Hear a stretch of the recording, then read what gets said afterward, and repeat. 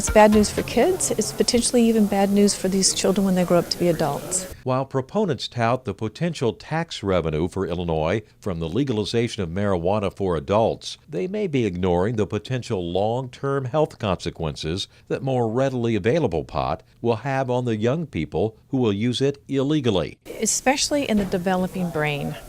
The receptors that cannabinoids work on are very important in brain development. So if you overwhelm these receptors with smoking marijuana, for example, we now know as scientists that you can actually change the way the brain is developing. Dr. T. Celeste Napier is the director of the Research Center for Compulsive Behavior and Addiction at Rush University in Chicago. Science is suggesting that as an adult, if you regularly use marijuana as an adolescent, for a teenager for example, you may have changes in cognition, in emotional disturbances, you may have changes in your capacity to learn and remember, and mental illness may actually be increased in adults if they use marijuana regularly as an adolescent. Call your state lawmakers and ask them to vote no on the legalization of marijuana. Well, just like alcohol, which is maybe okay for adults, some adults, it's not okay for the developing brain or adolescent.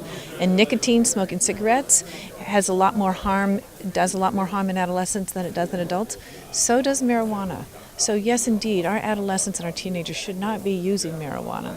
For lawmaker information, click Officials Finder on the IllinoisFamily.org homepage.